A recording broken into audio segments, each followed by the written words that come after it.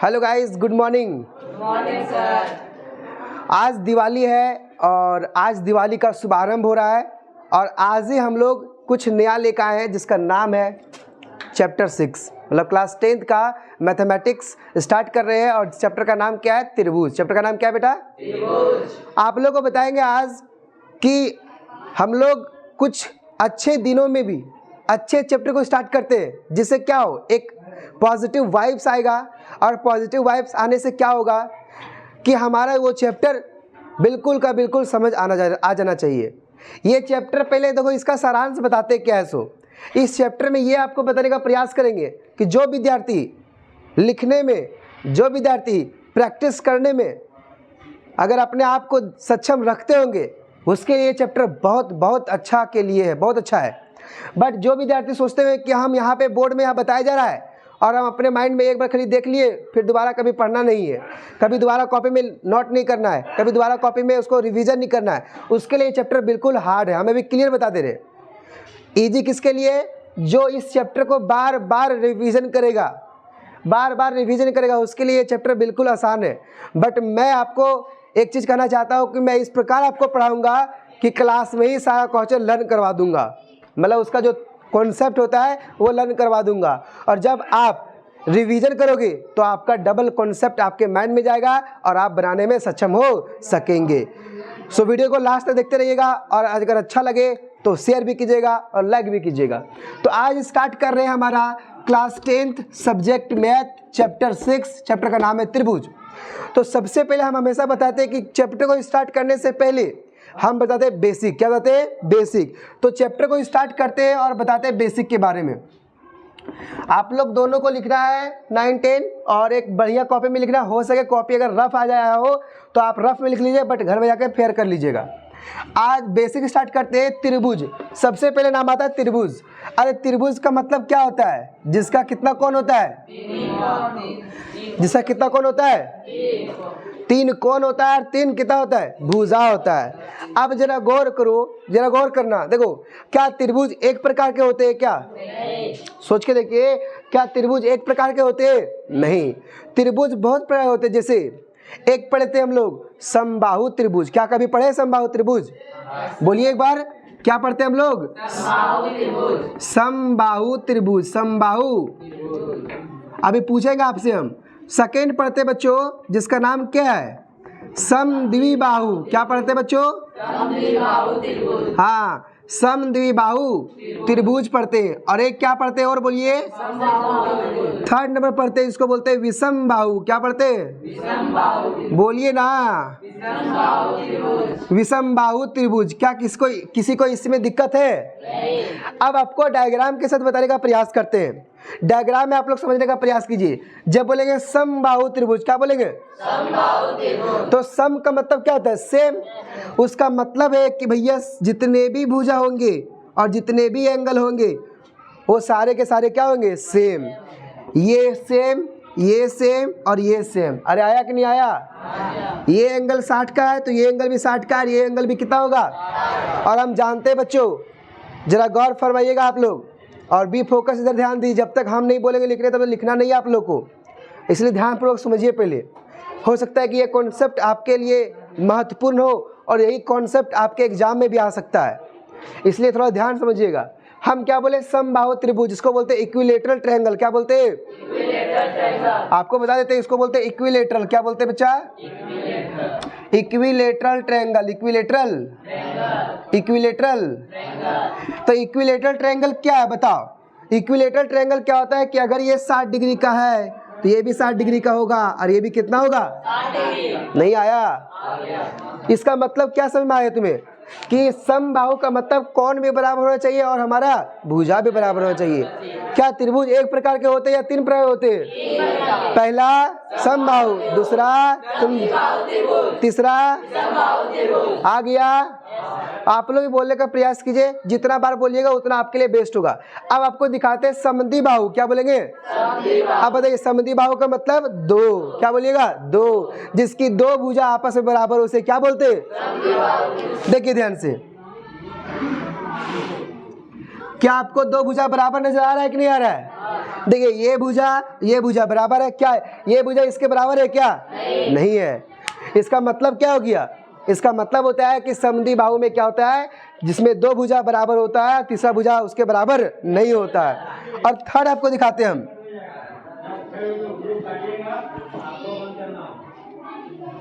क्या ये त्रिभुज है कि नहीं है? क्या ये भुजा इसके बराबर है क्या? नहीं। क्या ये भुजा इसके बराबर है क्या? नहीं। इसका मतलब ये भी अलग है, ये भी अलग है, ये भी क्या है? अलग है। इसे क्या बोलते हैं? विषम बाहु। क्या बोलते हैं? अरे नहीं आया? आ गया। तो बच्चों कहना ये था कि अगर कभी आपको लगे कि छठा चैप्टर मुझे थोड़ा हार्ड लगा और बाय चांस कुछ ऐसा टॉपिक था जो हमको कॉन्सेप्ट समझ में नहीं आया, तो आपको हम लेक्चर भी दे रहे हैं यूट्यूब पर, ताकि आप समझ सकेंगे। कभी घर गए तो उस टाइम आप देख सकेंगे कि हम अगर छठा चैप्टर में कोई क्वेश्चन समझ में नहीं आया है तो हम फिर वीडियो को स्टार्ट करके देख सकते हैं। यहाँ पे पढ़ाएंगे और प्लस यूट्यूब पे भी पढ़ाएंगे, तो आप वहाँ पे भी देख सकते हैं। और आई थिंक कि आप लोग दुर्गा पूजा में घर गए होंगे तो साइंस का लेक्चर देखे होंगे। I think, I hope, but पता नहीं बच्चे क्या क्या करते होंगे। वो मेरा वीडियो देखने छोड़ के वो कैरी मिनाटी का वीडियो देख रहे होंगे, है ना। कोई बात नहीं है। क्या आपको ये तीन त्रिभुज समझ में आ गया? तो पहला क्या बताया? समबाहु त्रिभुज। सेकंड क्या बताया? समद्वि बाहु त्रिभुज। तीसरा क्या बताया? विषम बाहु त्रिभुज। ये स्टार्टिंग था, जबकि ये पहले भी लिखा दिया गया है। तो आप लोग क्या कीजिए, ये फटाक से नोट कर लीजिए तुरंत, 1 मिनट में, 1 मिनट में, है ना, जल्दी, फास्ट। चलिए आप लोग लिख लिए होंगे, तो अब हम इसको साफ कर देते हैं, ठीक है। और अब स्टार्ट करते हैं छठा चैप्टर के बारे में। क्या त्रिभुज चैप्टर का नाम था, तो त्रिभुज से रिलेटेड बात समझ में आ गया पहले। अब आपको बताते हैं आपके बुक में क्या दिया है, पता है? थोड़ा सा आंसर भी दिया कीजिए कभी कभी आप लोग, ताकि मेरा भी मनोबल बने रहे, है ना।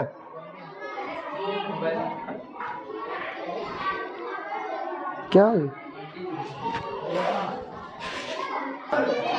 चलो बाबू, अब देखिएगा ध्यान से। अब हम चैप्टर पे आ रहे हैं और चैप्टर में पहले बताएंगे, आप लोगों को पढ़ाया गया था कि दो त्रिभुज सर्वांगसम अगर होते हैं, क्या पढ़ाया गया था? दो त्रिभुज अगर सर्वांगसम होते हैं तो उसकी संगत भुजा और संगत कोण क्या होती है? देखो दिखाते हैं, देखो ध्यान से देखिए। क्या आपको दो त्रिभुज नजर आ रहा है? अरे आ रहा है कि नहीं आ रहा है? अब बताइए, मान लीजिए कि इसका नाम देते A B C, इसका नाम देते P Q R। और अगर हम लिखते हैं, देखिएगा, अगर लिखते हैं त्रिभुज A B C सर्वांगसम त्रिभुज P Q R, तो इसमें से आपको क्या समझ में आता है कि A, देखिएगा ध्यान से, देखो ध्यान से गणपति, ये भुजा इस भुजा के बराबर, ये भुजा इस भुजा के बराबर, और ये भुजा इस भुजा के बराबर। नहीं आया? है? तो इसे हम क्या लिख सकते हैं, बोलिए आप लोग, कि हम लिख सकते हैं यहाँ पे कि ए बी बराबर किसका है बेटा? अब बताइए बी सी बराबर किसका है? यस। और बताइए ए सी बराबर क्या हो जाएगा? है? P R. क्या हो जाएगा? P R. क्या हो जाएगा? P R. और साथ में बोले थे एंगल भी क्या होता है? बराबर। बोलिए एंगल ए बराबर एंगल बी। अरे एंगल ये जितना होगा एंगल उतना भी ये क्या होगा? यही होगा।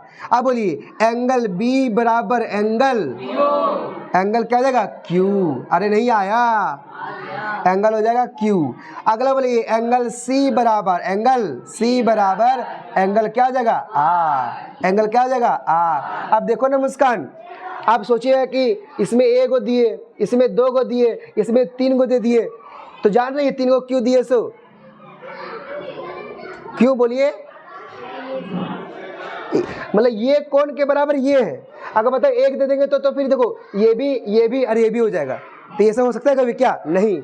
इसलिए ये अगर तीन एंगल से दिए हैं, तीन अगर दिखाया है तो ये भी तीन, इसका मतलब ये एंगल और ये एंगल आपस में बराबर है, ये एंगल बराबर है, ये एंगल आपस में क्या है? बराबर है। और सर्वांगसम त्रिभुज में बताए थे जब दो त्रिभुज सर्वांगसम होते हैं तो उसकी संगत भुजा और संगत कोण क्या होती है? बराबर होती है। और यूनिक बात क्या है देखिएगा ध्यान से, क्या आपको इन दोनों का शेप में डिफरेंट हो रहा है? अरे बोलिए ना, क्या आपको शेप जो आकृति है क्या डिफरेंट नजर आ रहा है? नहीं। तो यहाँ पे लिखेंगे सेम शेप, क्या लिखेंगे बेटा? Same shape. क्लियर हो गया? तो सेम शेप वाले को बोलते हैं जो दो त्रिभुज सर्वांगसम होते हैं। चलिए नोट कीजिए फटाफट। एक बात और आपको बता रहे, 1 मिनट, हाँ लिखिए आप लोग, 1 मिनट रुकिएगा, बता रहे हैं आपको। इसमें एक चीज और लिखेंगे, सेम साइज और सेम शेप। क्या लिखेंगे? सेम साइज और सेम शेप। बताइए साइज भी क्या होना चाहिए? साइज भी सेम होना चाहिए। 2 बातें आपको ध्यान में रखना है, 2 बातें ध्यान में रखना है, ठीक है? लिखिए।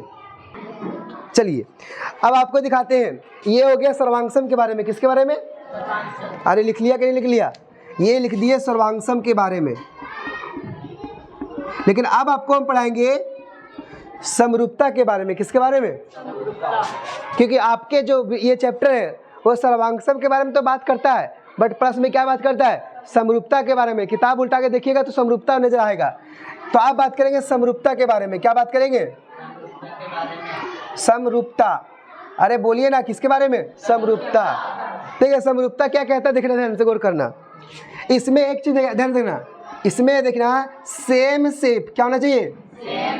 अरे बोलिए ना, निशु बहन बोलिए आप, सेम शेप। बट क्या बोलिएगा? बट साइज, बोलिए डज, बोलिए डज नॉट मैटर। क्या समरूपता में शेप सेम होना चाहिए, अलग अलग होना चाहिए? शेप सेम होना चाहिए, बट साइज, क्या साइज में कोई फर्क पड़ेगा क्या? नहीं। अब बोलिए, देखिएगा, जो जानिएगा हाथ खड़ा कीजिएगा। पहले हम पूछेंगे किससे, वो उसको पता चल गया होगा। बताइए क्या ये समरूप है या नहीं है? जो जानते हैं हाथ खड़ा कीजिए। अरे मजा तभी है जब पूछते रहेंगे तो। क्या ये समरूप है या नहीं? हाथ खड़ा कीजिए, यस या नो। पहला ऑप्शन यस है, बोलने नहीं कोई, और दूसरा ऑप्शन नो, दूसरा ऑप्शन नो। बताइए ऐसे क्या उठा रहा है? उठा तो बढ़िया उठा। अरे लिख दिए यहाँ पे, क्या लिखना था सो तो लिख दिए हम, है ना? है ना? आप लोग नहीं, आप जानते हैं? हाथ खड़ा कीजिए। आपको नहीं पता है? कोई बात नहीं है। आप बताइए मुस्कान, क्या ये समरूप है, एस या नो? बैठ के हाँ, आप बताइए। नहीं है। आप बताइए। नहीं। आप बताइए। बोलिए बोलिए। नहीं है। आप बोलिए। नहीं। ओह नो, कोई तो सही आंसर बोलो। तुम बोलो सचिन। नहीं। क्या ये क्या हो गया है? और तुमको पता ही नहीं है, ऐसा कैसे हो सकता है? या क्या लिखे? Same shape. क्या होना चाहिए? Same shape. और सेम शेप का मतलब क्या होता है? अरे भैया त्रिभुज है तो त्रिभुज होना चाहिए। तो यहाँ पे क्या दिखा आपको? वृत्त। और यहाँ पे क्या दिखा आपको? तो फिर ये बताइए समरूपता है क्या? नहीं है। पहले ऑप्शन में दिख गया कि सेम शेप है, ये नहीं है, तो भैया ये कहाँ समरूप होगा? होगा क्या? नहीं होगा, है ना? समरूप नहीं होगा। तो पहले आप देखिए ध्यान से, आप बताइएगा आप लोग, आप बोलिए, देखिए आप बोलिएगा।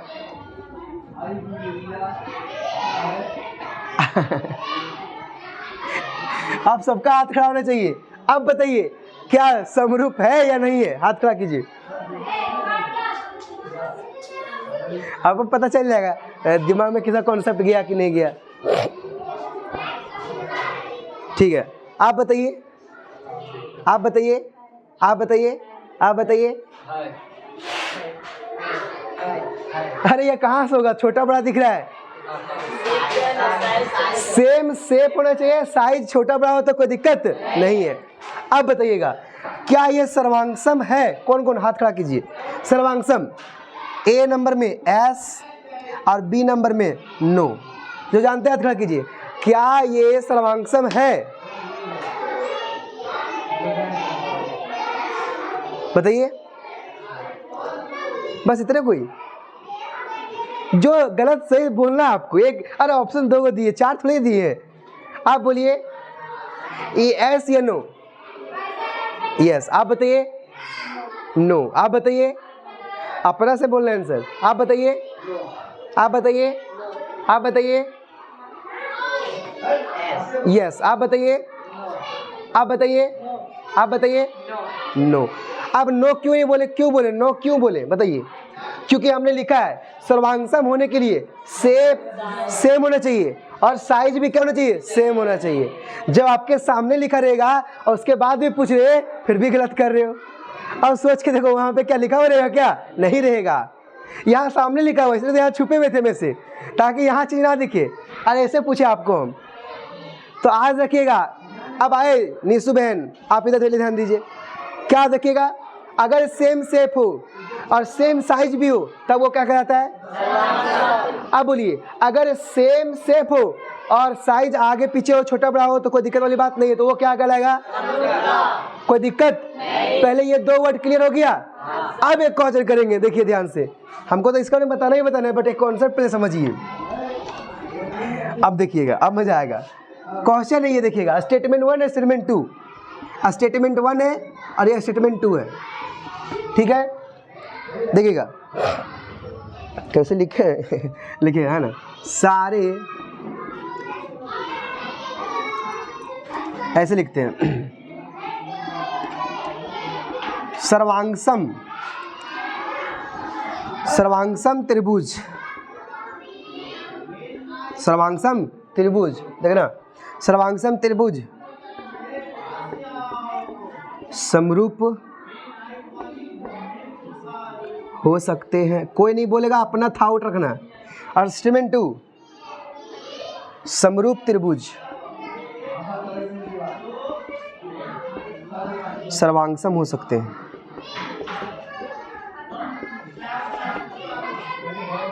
हो सकते हैं, बताइए कौन स्टेटमेंट सही है? देखो तुरंत क्लिक कर लिया माइंड में।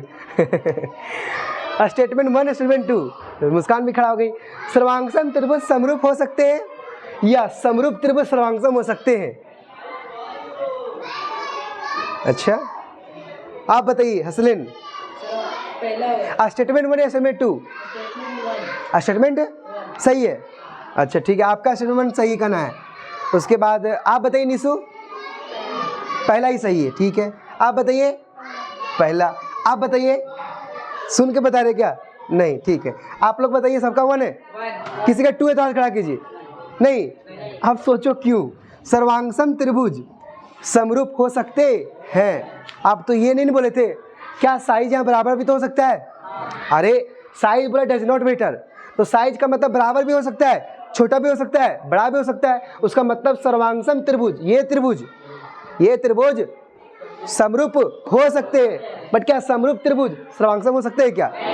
अभी देखो तुरंत सामने दिखा दिए थे। पहले पूछे हम थोड़ा अपना दिमाग लगा के, अब पूछा स्टेटमेंट क्वेश्चन लगा के, ताकि तुमको इससे पता चलेगा कि तुम समझ पा रहा कि नहीं।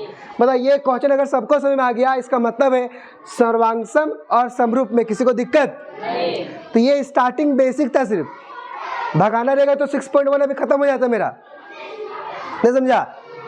अब किसी को दिक्कत नहीं। अब बताते हैं इसके डिटेल्स, इसका डिटेल्स। अगर इसका ये है कि अगर सर्वांगसम त्रिभुज, जो त्रिभुज सर्वांगसम है, ये नोट कर लीजिएगा, बेस्ट रहेगा। नहीं तो भूल जाइएगा, फिर कभी पूछ देगा तो भूल जाइएगा आप लोग, है ना? लिख लीजिएगा, लिख लीजिए फटाफट, जल्दी फास्ट। हाँ तो बच्चों, मतलब ये क्लियर हो गया कि सर्वांगसम त्रिभुज जो होते हैं वो समरूप तो हो सकते हैं, बट समरूप त्रिभुज सर्वांगसम नहीं हो सकते। क्योंकि सर्वांगसम होने के लिए क्या होना चाहिए?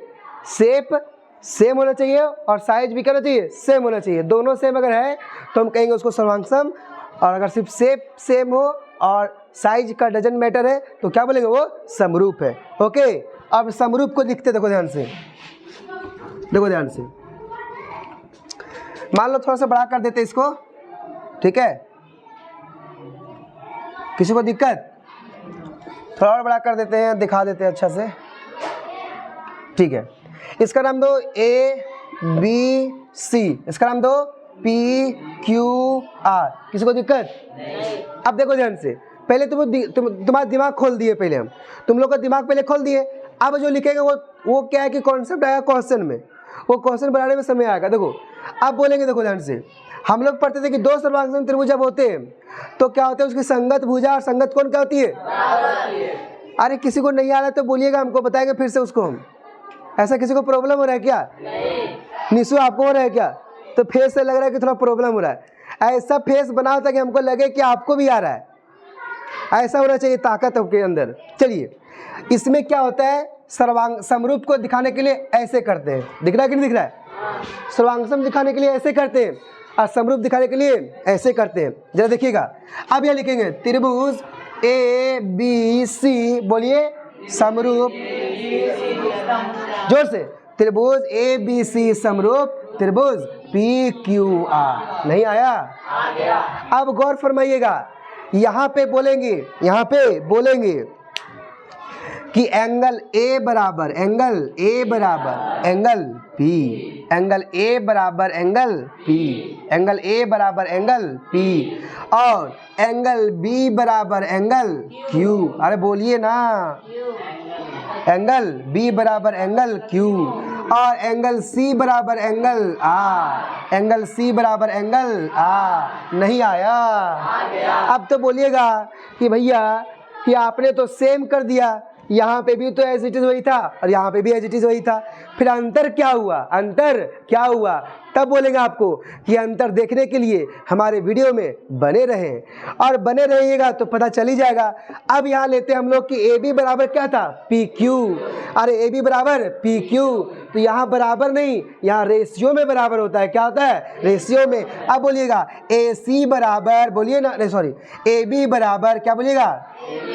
सॉरी, ए बी बटे पी क्यू, बोलिए इज इक्वल टू, बोलिए बी सी बराबर Q R, is equal to, बोलिए ए सी बराबर पी आर। नहीं आया? तो बोलिए बोलिए बोलिए, जब दो त्रिभुज सर्वांगसम होते हैं तो उसकी संगत भुजा और संगत कोण क्या होती है? बराबर होती है। क्या होती है? बराबर होती है। और इसको बोलते हैं बेटा समानुपाती। किसको बोलते? इसको बोलते क्या बोलते हैं? समानुपाती। इसे बोलते हैं समानुपाती। समानुपाती क्या बोलते हैं? समानुपाती। अब बोलेंगे देखिएगा, दो त्रिभुज जब सर्वांगसम समरूप होते हैं तो उसकी संगत कोण क्या होती है? बराबर होती है, बट उसकी संगत भुजा क्या होती है? समानुपाती या बराबर? बस यही तो फंसिएगा आप लोग, जहां जहां फंसेगा वही वही बताएंगे हम। देखिएगा, जब दो त्रिभुज सर्वांगसम होते हैं तो उसकी संगत भुजा और संगत कोण क्या होती है? लेकिन आप बोलेंगे जब दो त्रिभुज समरूप होते हैं तो संगत कोण क्या होती है? बराबर, बट उसकी संगत भुजा क्या होती है? नहीं आया? बराबर बराबर बराबर बराबर बराबर बराबर, नहीं आया? तो ये ऐसे पढ़िएगा तब आपको दिमाग में वहां क्लिक करेगा। भाई ऐसे पढ़ना पड़ता है, नोट कीजिए फटाफट। चलो अब देखो ध्यान से, अब देखो तुम लोगों को कॉन्सेप्ट तो पहले समझा दिए, अब आते हैं 6.1। ये कहता कुछ नहीं है, जो तुमको समझाए ना वही है। वो तुमको एक सेंटेंस दे करके पूछने का प्रयास किया, दो ऑप्शन दिया है, सर्वांगसम समरूप, समरूप सर्वांगसम, समद्विबाहु समबाहु, और अगला बराबर या फिर समानुपाती। पहले समानुपाती भरेंगे किस बराबर भरेंगे, या पहले बराबर भरेंगे या पहले समानुपाती भरेंगे। सिंपल क्वेश्चन है। 6.1 का पहले नंबर क्वेश्चन उठाए हैं, और उठाने का मेरा यही मकसद रहा कि देखते क्या बच्चे बता पाते हैं या फिर नहीं बता पाते हैं। ठीक है, तो हम एक ही चीज़ बोलेंगे, ये रटना भूल जाइए आप लोग। क्या मैथ को रटा जा सकता है क्या? नहीं। अभी आप लोग खुद बोलोगे, लेकिन सबको एक साथ नहीं बोलना है, हम आपको हाथ खड़ा करने बोलेंगे। इसका मतलब क्या होगा पता है? एक कोई हल्का बोलता है उसमें जोड़ देता है हल्का सा अपना बात को, तो लगता है सबको जान रहा है। तो आपको इंडिविजुअल पूछेंगे हम। इंडिविजुअल का मतलब तो अकेले खड़ा करके पूछेंगे आपको हम। देखिए ध्यान से, पहला क्वेश्चन, कोष्ठकों में दिए शब्दों में से सभी शब्दों का प्रयोग, सही शब्दों का प्रयोग करते हुए रिक्त स्थानों को भरिए। बस बस बस बस बस। सभी वृत्त, अब सुनना, सभी वृत्त, देखो सभी वृत्त सर्वांगसम होते हैं या समरूप होते हैं? याद करा कीजिए। सभी वृत्त, अरे वृत्त मतलब बहुत बड़ा, बहुत सारा वृत्त हो सकता है। देखो, एक वृत्त, दो वृत्त, तीन वृत्त, चार वृत्त, पांच वृत्त, 6 वृत्त, 7 वृत्त, बहुत सारा वृत्त हो सकता है। तो बताइए सभी वृत्त सर्वांगसम होते हैं या समरूप होते हैं? तो पहले निशु बहन बताएगी मेरा, बोलो। समरूप। अरे भाई साहब, गलत है या सही है? आप बताइए, आप बताइए, आप बताइए, आप बताइए। सर्वांगसम कौन नहीं बोलेगा? क्यों नहीं? क्यों नहीं है? सर्वांगसम होने के लिए क्या होना चाहिए था? Same shape, same size. ऐसे बोलोगे, सर्वांगसम होने के लिए सेम शेप, सेम साइज। दो सर्वांगसम त्रिभुज तब होते हैं जब उसकी संगत भुजा और संगत कोण क्या होती है आपस में? नहीं आया? ये बात ध्यान रखना था, ठीक है। तो क्या ये समरूप दिख रहा है कि सर्वांगसम दिख रहा है? कोई दिक्कत? तो क्या पहले में ये टिक कर दे बेटा, तो यहाँ लिख देते समरूप। कोई दिक्कत? अब देखो ये मिटा देते हैं ना, क्या ये भी समझाना पड़ेगा मेरे को। अब आगे देखो, देखो आगे। अब दूसरा क्वेश्चन, रेडी रहना। उससे बात नहीं करना है, अपने से बात करना है। सभी वर्ग, देखो सभी वर्ग, वर्ग समझते हो? कितनी भुजा होती है वर्ग में?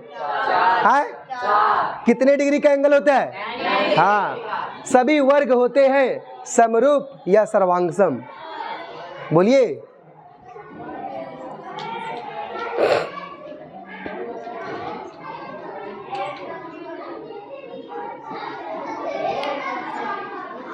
बोलिए, आप बोलिए। सर्वांगसम, आप बताइए, आप लोग बताइए। आप हैं? क्या समरूप बोलने वाले कौन कौन हाथ खड़ा कीजिए, और सर्वांगसम बोलने वाले कितने हाथ खड़ा कीजिए?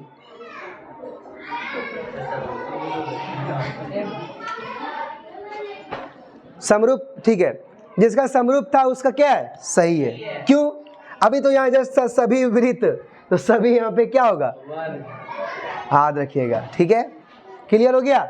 यहाँ भी क्या आ जाएगा? समरूप। अरे नहीं आया? अब देखिए, सभी डैश त्रिभुज समरूप होते हैं। इसमें तो सबका दिमाग फटेगा। समद्विबाहु या समबाहु, यही तो हार्ड है। आप बोलिए, इसमें कॉन्सेप्ट है, रुक के बताएंगे आपको हम। जिसको लगता है समद्विबाहु, सो मी राइट हैंड्स, ठीक है। जिसको लगता है समबाहु, सो मी राइट हैंड्स।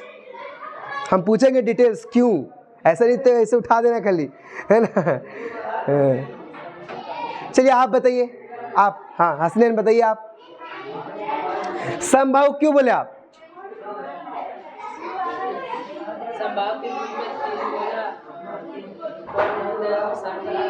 ठीक है। और समद्विबाहु में तो एंगल बराबर होता है क्या? समद्विबाहु में एंगल बराबर होता है क्या? बोलो बोलो। अरे जैसे ये हो गया, देखो इधर से ये क्या है? समद्विबाहु। और ये क्या है? ये क्या है? समबाहु। अब बताओ, इसका एंगल जितना होगा वही एंगल इसका होगा, वही एंगल इसका होगा। लेकिन बताओ, इसका एंगल में क्या सब सेम होगा या डिफर होगा? डिफर होगा, क्योंकि ये समद्विबाहु है। समझ में आ रहा है कि नहीं आ रहा है? बैठ जाओ, तुम सही बोला। और हम जानते हैं कि समरूप कब होते हैं? जब उसकी संगत कोण और उसकी संगत भुजा संगत कोण बराबर हो। तो क्या संगत कोण बराबर दिखा? क्या संगत कोण बराबर है क्या? नहीं। और संगत भुजा क्या होना चाहिए? समानुपाती होना चाहिए। तो भैया इसका दो भुजा बराबर है, तो तीसरा भुजा बराबर हो पाएगा? नहीं। इसका देखिए, ये भुजा आपस में क्या है? बराबर है, तो समानुपाती भी बराबर होगा। नहीं आया? इसलिए हम यहाँ क्या करेंगे? समबाहु पुट करेंगे। अरे किसी को नहीं आएगा, फिर से बोलो, हम समझा सकते हैं। समबाहु कैसे? देखो, अरे याद रखो, समरूप लिखा है। क्या लिखा है? समरूप। तो समरूप कब होते हैं? जब उसकी एंगल संगत कोण क्या होना चाहिए? बराबर। तो बोलो, यहाँ संगत कोण बराबर है क्या? यहाँ संगत कोण बराबर है कि नहीं है? ये क्या है? समद्विबाहु। और ये क्या है? समबाहु। क्लियर? आगे, भुजाओं की समान वाले दो बहुभुज समरूप है। क्या है? समरूप है। सर्वांगसम लिखा है कि समरूप लिखा है? समरूप। और हम जानते हैं कि समरूप कब होते हैं? जब उसकी संगत कोण क्या होना चाहिए? बराबर। और संगत भुजाएं क्या होना चाहिए? पढ़ लो, उनकी संगत कोण क्या होना चाहिए? लो, बराबर हो गया, बराबर। और बोलो, उसकी संगत भुजाएं समानुपाती होना चाहिए। नहीं आया? अब जो नहीं बोल पा रहा था समरूप के बारे में वो लिख दिया। दो त्रिभुज समरूप तब होते हैं जब उनकी संगत कोण बराबर हो तथा उसकी संगत भुजाएं क्या होना चाहिए? समानुपाती होना चाहिए। नहीं आया? आया कि नहीं आया?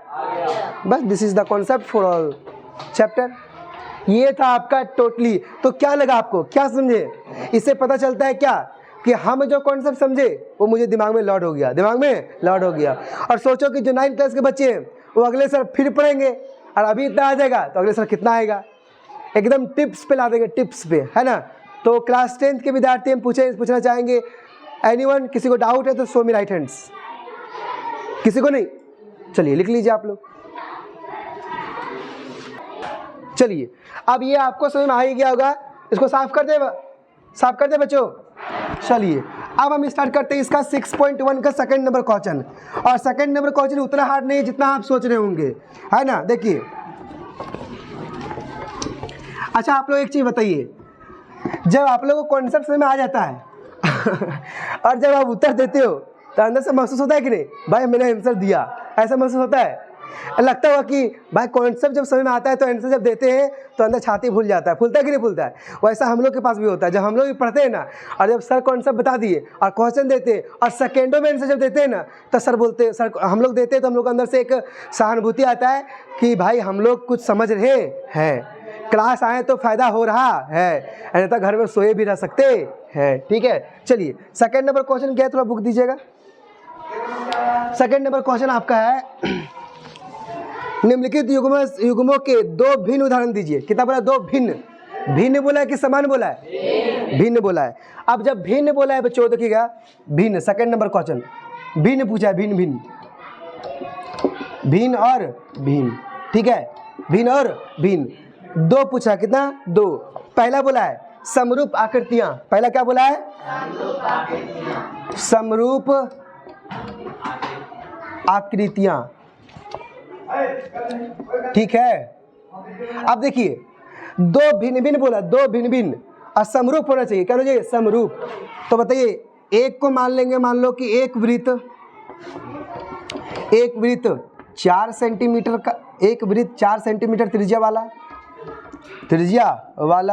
और एक वृत्त 15 सेंटीमीटर त्रिज्या वाला। बताओ 4 सेंटीमीटर वाले क्या ऐसे बनेंगे, देखना, मान लो ये 4 सेंटीमीटर त्रिज्या वाले, क्या ऐसे बनेगा वृत्त? आप बताइएगा, एक वृत्त 15 सेंटीमीटर, ये मान लो 15 सेंटीमीटर, सॉरी ये मान लो 15 सेंटीमीटर का है, तो बताइए ऐसे बनेगा कि नहीं बनेगा, बनेगा नहीं बनेगा। अब देखिए समरूप आकृति, एक वृत्त 4 सेंटीमीटर त्रिज्या वाला है, ये हो गया। भिन्न भिन्न है, क्या है, दोनों भिन्न है कि नहीं, क्या सेम है, क्या नहीं। और एक वृत्त कितना है, 15 सेंटीमीटर त्रिज्या वाला, क्लियर। तो ये पूछ रखा था आपका। सेकंड में बोला है ऐसी आकृतियां जो समरूप नहीं है, जो समरूप है ही नहीं। और बताए थे समरूप कब नहीं होता है, सबसे पहले एग्जांपल लिए थे, आधे कि नहीं आधे, क्या लिए थे बोलो, समरूप का एग्जांपल लिए थे, जो पूछे थे कि समरूप है या नहीं, तो को बोला था हाँ, को बोला था ना, हाँ त्रिभुज और, तो बोला दूसरा क्वेश्चन यहाँ पे दिया है ऐसे आकृतियां जो समरूप नहीं है, ऐसे आकृतियां जो क्या नहीं है, जो, अरे बोलिए ना, अब देखो समरूप होने के लिए क्या चाहिए बोलिए, same shape, size doesn't matter, लो और लो, क्या ये समरूप है, क्योंकि यहाँ सेम शेप है, this is the answer, this is the answer. क्या इसको नोट करना, आपको नोट कर लीजिए, नहीं नोट कीजिए बच्चों। अब आपका एक लास्ट क्वेश्चन है, बताइए कि निम्नलिखित चतुर्भुज समरूप है या नहीं। थर्ड नंबर क्वेश्चन पढ़िएगा आप लोग, देखिए थर्ड नंबर क्वेश्चन आपके बुक में यहाँ पे दिया है कि बताइए कि निम्नलिखित चतुर्भुज समरूप है या फिर नहीं। अब बताइए समरूप होने के लिए क्या बताए थे, संगत कोण क्या होना चाहिए, बराबर, और संगत भुजाएं क्या होना चाहिए, समानुपाती। और समानुपाती का मतलब क्या होता है, देखिए ध्यान से, अगर यहाँ पे एसपी लिए, देखो एसपी, तो यहाँ क्या लेंगे, बोलो बोलो एसपी, तो यहाँ पे डी, ये एसपी कितना है 1.5 तो बटे 3, 1.5 बटे 3 कितना होता है, बोलो, बहुत मारेंगे, 1.5 बटे यहाँ पे 3, ये पॉइंट हटाओ, यहाँ 0 आएगा, 5 दूना नहीं 15 दूना 30, ओके बराबर। अगला लो एस आर, लो एस आर कितना है 1.5, तो यहाँ क्या लेंगे, ये लेंगे 3, इसको ऊपर उठा देंगे, यहाँ कितना आएगा 0, यहाँ भी कितना आ गया 2। आगे अब लो ये आर क्यू, आर क्यू लेंगे, आर क्यू कितना दिया 1.5 बटे, अब लेंगे सी बी कितना है 3, यहाँ भी कितना आएगा 1.2 बराबर, अगला लेंगे पी क्यू कितना है 1.5 बटे, अगला क्या है ए बी 3, यहाँ भी कितना आ गया, तो देखा 1/2 is equal to 1/2 is equal to 1/2 is equal to 1/2, क्या इतना आया। और साथ में क्या होना, देखो हम बोले संगत कौन करना चाहिए बराबर, और संगत भुजाएं करना चाहिए, क्या संगत भुजाएं समानुपाती दिख गया। और देखो क्या संगत कोण 90 डिग्री का दिख रहा है क्या, देखो ये 90 डिग्री है और ये 90 डिग्री दिख रहा है क्या, तो संगत कौन करना चाहिए था बराबर, यहाँ बराबर है नहीं है, और नहीं है तो क्या समरूप है, वो चला के किया कि तुम लोग सोचता है संगत कौन कौन देख ये देख लेंगे 1/2 के यहाँ 1/2 आ जाएगा तो बोल देंगे समरूप है, लेकिन तुम देखेगा कि भैया ये भी चतुर्भुज है, ये भी चतुर्भुज है, ये छोटका ये बड़का है, तो बोल देंगे साइज तो डिपेंड करता नहीं है, तो तुम बोल देगा यहाँ समानुपाती नजर आएगा, तुम बोल देगा क्या समरूप है। बट तुमको देख रहे हैं एंगल, संगत कोण क्या होना चाहिए था बराबर, मतलब संगत कोण बराबर इसमें है क्या नहीं, तो क्या समरूप है नहीं है, तो थर्ड नंबर पे क्वेश्चन क्या हो जाएगा आपका कंप्लीट। और हुआ कि नहीं हुआ, तो दिस कॉन्सेप्ट, यही कॉन्सेप्ट आपका है इस चैप्टर का। सो आई थिंक आपको समझ में आया होगा, और आई होप इस अंडरस्टैंडिंग को आप लंबे समय तक रखोगे और अपने एग्ज़ाम में ये चीज़ को लागू करने का प्रयास करोगे। तो अभी भी किसी को डाउट होगा तो हाथ खड़ा कर सकते हैं, और जिसको उसको डाउट नहीं है वो हाथ खड़ा कर सकते हैं। Okay, down hands. एक बात फिर से लास्ट बोल देते हैं, दो बातें जैसे हम बोल रहे हैं वैसे आपको कल बोलना पड़ेगा। कैसे देखिएगा, दो त्रिभुज सर्वांगसम है, दो त्रिभुज सर्वांगसम है तो उसका सेम शेप सेम साइज होना जरूरी है। दो त्रिभुज सर्वांगसम है तो उसकी संगत कोण और संगत भुजा आपस में क्या होनी चाहिए बराबर होनी चाहिए। अगर सब दो त्रिभुज समरूपता है, समरूप है, तो उसका सेम शेप होना चाहिए, साइज डजंट मैटर। दो त्रिभुज समरूप है तो उसकी संगत कोण बराबर होना चाहिए प्लस संगत भुजाएं समानुपाती होना चाहिए। आया कि नहीं आया, आया कि नहीं आया। तो आपको सर्वांगसम के लिए दो बात रखना पड़ेगा और समरूप के लिए भी कितना बात, दो बात रखना पड़ेगा। कैसे देखिए, फिर से बोलते एक बार, देखिएगा से एक बार लास्ट यहाँ पे। हाँ, तो रिकैप रिवीजन करते बच्चों, हमने पढ़ाया सर्वांगसम के बारे में और पढ़ाया समरूप के बारे में। सर्वांगसम में बोले कि दो त्रिभुज सर्वांगसम तब होंगे जब उसका साइज क्या होगा सेम, शेप क्या होगा सेम। दो त्रिभुज समरूप कब होंगे, जब उसका दो त्रिभुज क्या होना चाहिए सेम शेप का और साइज डजंट मैटर। दो त्रिभुज सर्वांगसम तब होते हैं जब उसकी संगत भुजाएं और संगत कोण क्या होती है बराबर होती है। दो त्रिभुज समरूप कब होते हैं, जब उसकी संगत कोण बराबर होती है और संगत भुजाएं समानुपाती होती है। ओके बच्चों, thank you thank you thank you for this class, thank you. Okay, so note कर लीजिएगा और फिर इसको नोट कीजिए। कल स्टार्ट करते हैं 6.2, ये पार्ट 1 था, ये कितना है पार्ट 1, चलिए नोट कर लीजिए।